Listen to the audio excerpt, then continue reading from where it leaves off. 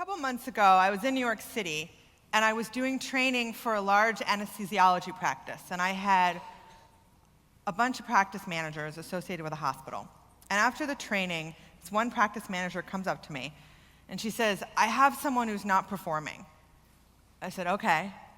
And she said, "Well, I keep stripping away parts of her job, trying to leave her something she can do." And I said, "Okay." And she said, "Well, there's not much of the job left." I said, "Okay." I said, "How long has this been going on?" And she looked up, she paused, she thought for a second, and she said, 4 years. Now, here's the thing that's kind of sad.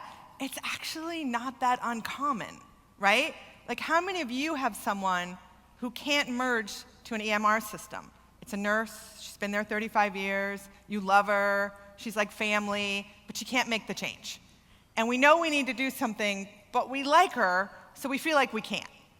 So I said to this practice manager, I said, "Well, why haven't you said anything?"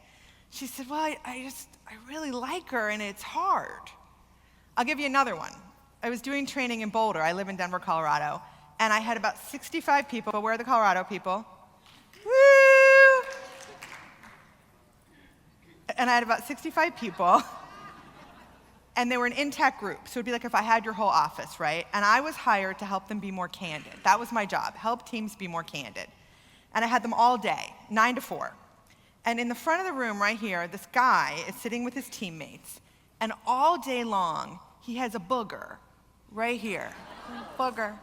Now, when you have a booger right here, what's the only thing you can see? Is the booger, right? Like, there's no head, there's no body, there's just this booger.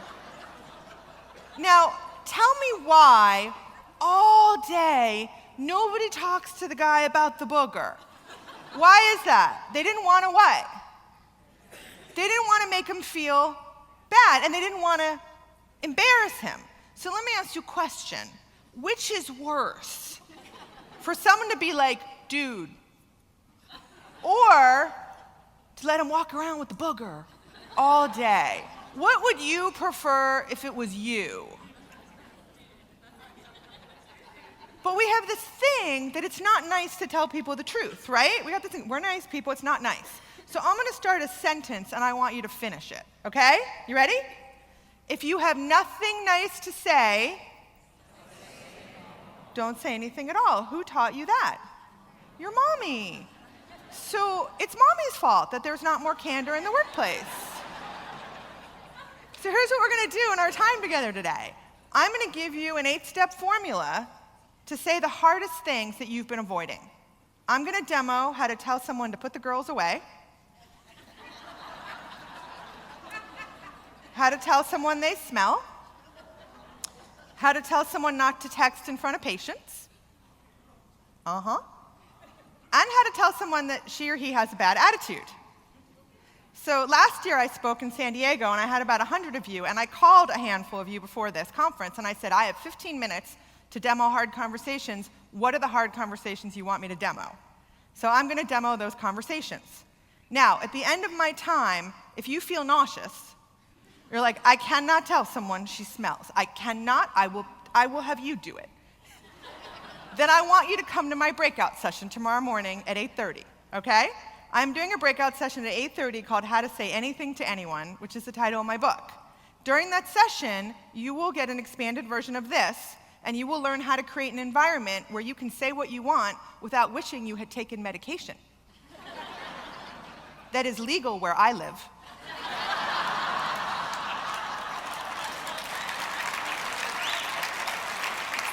I just had to say that. But I'm clearly not using any of that myself. Okay, are you ready? All right, here's how you tell someone to put the girls away. Now, for the people who are not clear what that means, cleavage, people, too much cleavage. I feel very passionately about this. Here we go, you ready? Step 1, introduce the conversation. "Hey, do you have a second? I need to talk to you." Step 2, I've noticed that some of the clothing you're wearing shows quite a bit of cleavage.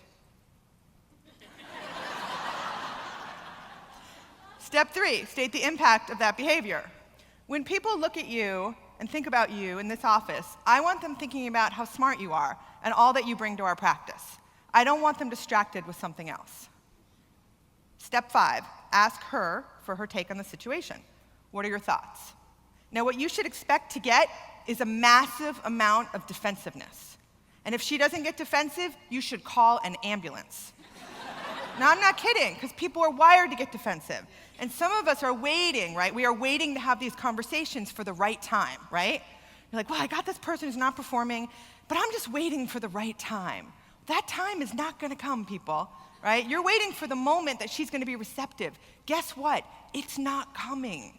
So when she gets defensive or starts to cry or kills you off or raises her voice, you just go, aha, she is breathing.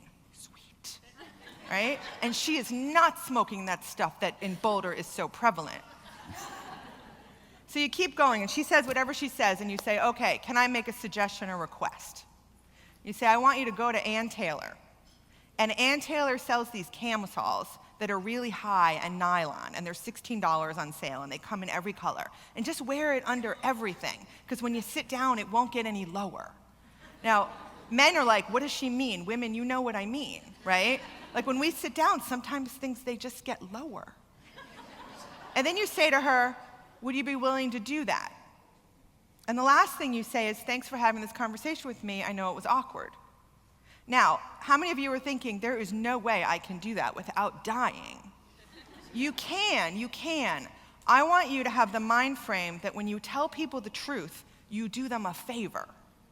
To let your employees proliferate in a job where they are not being successful or where people are talking smack about them, meaning gossip, does not do them a favor. Now, tomorrow morning, what I'm going to talk about is how do I create a relationship with my doctors and my staff and our partners and our vendors and our patients where we can tell the truth. So if any of this feels difficult, come tomorrow, okay? Now, if I had not done a debrief as I went, step 1, step 2, step 3, if I had just run through it, how long would that have taken me? A minute, 2 minutes, or 10 minutes? 2 minutes. Good feedback is 2 minutes. People would rather hear that they're not cutting it for 2 minutes rather than 20, right? They don't want to hear that they smell for 20 minutes. They want you to tell them, and they want to get out and tell anyone who will listen what an idiot you are. So faster is better, okay? Now, by the way, gentlemen, you cannot tell a woman to put the girls away. I don't care how badly you want to. You need to have another woman in the practice do that. Now, if you're the practice manager and you're a man and all your staff are women and you got someone with the girls hanging out, you find someone that woman has a relationship with and you say, listen, will you have this conversation for me? You can't have it. If you do choose to have it, please have a witness, because it is a walking lawsuit waiting to happen. All right, are we ready for how to tell someone they smell?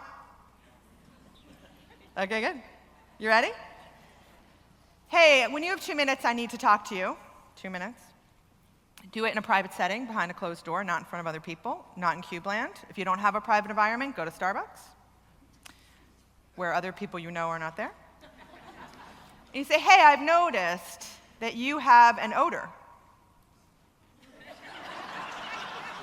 That's it, people. 6 words. I've noticed you have an odor. We work in a small environment here, and I never want someone to not want to work with you because of this. Now, I know this is very awkward. It's awkward for me, and I'm sure it's awkward for you, but I'd much rather you hear this from me than somebody else. What are your thoughts? And then he'll say, or she'll say, whatever they say. I work out over lunch, and I don't shower, and oh my gosh, I can't believe you're telling me this, and right? Now, I have found that most people you say this stuff to, they actually know. Like, I was dating this guy a couple years ago, and it was before my book came out. And in the book, here's the book. In the book, there's a whole section on how to tell someone they smell. And he was reading the manuscript before it was printed, and his name was, well, I can't tell you his name. That wouldn't be fine. Bob. And Bob says to me, I think I'm in your book, right? And I was like, what? Because Bob smelled, so I told him he smelled, right? Because I'm candid. And he's like, I think I'm in your book. And I was like, oh no, I always teach that. It's not pertinent to you. Now, how many of you would like a copy of this book? Okay, 2. It's not very good. Self-esteem, people! So I am being sponsored today. The sponsor for this session is Phoenix Ortho, and they're giving away 100 books. I know, right? So I'm going to be signing them, and we're going to give away 100 books at 2:45. So you should come to their booth at 2:45, and I'll sign your book, and we'll give away 100 books. Now, can I say a word about sponsors? Are there any other sponsors here in the room? Okay, just one. Okay, so we're going to talk about the sponsors for a second. So here's the thing. If you like the speakers at this conference and you're enjoying paying less than $2,000 to come here, you should thank the sponsors and the exhibitors. So I watch people, yeah, woo! So I'm a professional speaker, and I speak at conferences. This is what I do for a living, and I do training with companies like yours. And I'm often only here because of the sponsors. Now, I watch y'all at the exhibit hall, and this is what it looks like. You're like, they have good swag, and I want that yo-yo. But I don't want to go over there and have to talk to them because they're going to try to sell me something. So I'm just going to be like, and can I take some candy? So here's what I want you to do. I want you to talk to your sponsors and exhibitors, okay? They're not going to shove some insurance plan down your throat. They just want to meet you. But if they don't get to meet you, they don't come back next year, and then you don't have people like me to offend you. I'm just kidding. So I want you to talk to them, okay? And Phoenix Ortho, I want you to put your hands together for them because they're rock stars.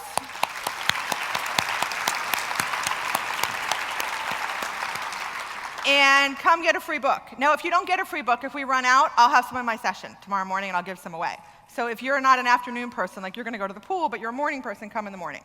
Okay, now, what was the third one I promised you? How to tell someone to stop texting in front of a patient. All right, you ready? Hey, do you have a second? I need to talk to you. This is a little awkward for me to bring up. It may be a little awkward for you. But I care about you, and I care about your career, and I think this is getting in the way.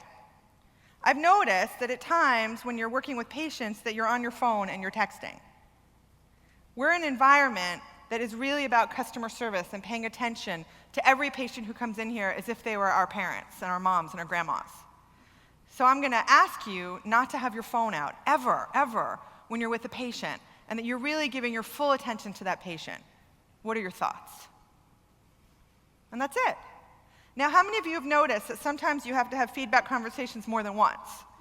You're like, we're talking about this again? How many of you have tried to quit something? Chocolate, alcohol, shopping, something else. How long does it take?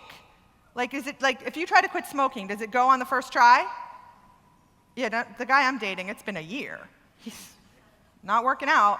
So don't expect to have the conversation more than once. And you tell the person, you prep it, right? You prep it, and you say, listen, when I see this get better, I'm going to say something. And when it doesn't get better, I'm going to say something. But be prepared to have this conversation again, although I'd really love not to. So, and this is really what I'm going to talk about tomorrow.